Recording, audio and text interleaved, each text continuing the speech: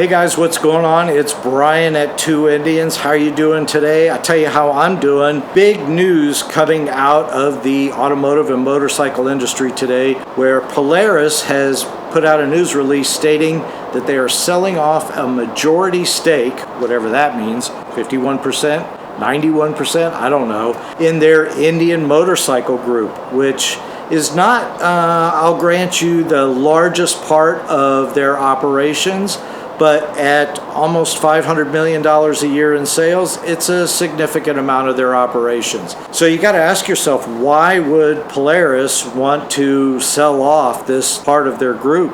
And you can only think it's really for one reason, right? It's not making money.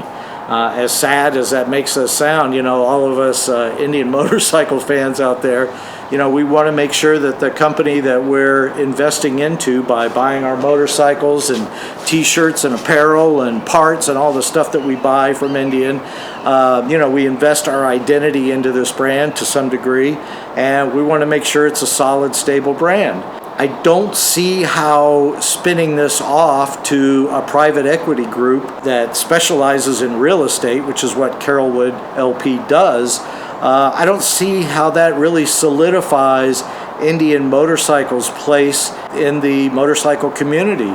To me, it's kind of sounds like bad news, like it makes me worry what's going to happen to the brand. Now, there's a lot of private equity firms out there that will take an investment like this and put more money into it and try to grow it and try to, find ways that, okay, where was Polaris not running this business unit properly?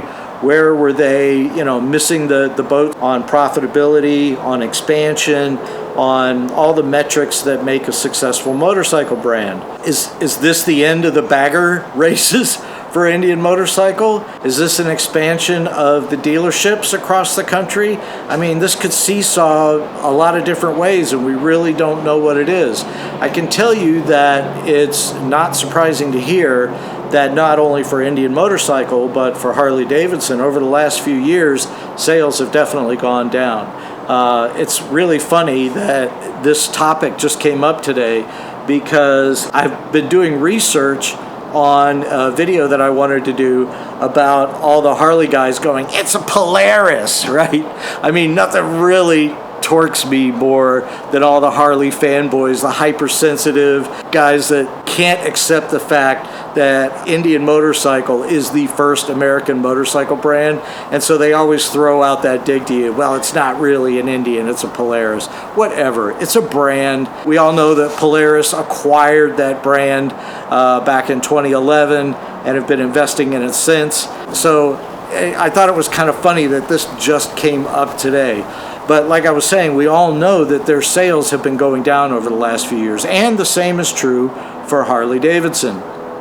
Now, they have a much greater share of the American-made motorcycle market. Indian doesn't really say how many units they sell on an annual basis, but experts in the financial community have speculated that it's somewhere around 30,000 vehicles a year in the last 2024. And for Harley Davidson, it was about 165,000 vehicles. So if you look at that, that means Indian is 20%, 25% of what Harley Davidson is doing.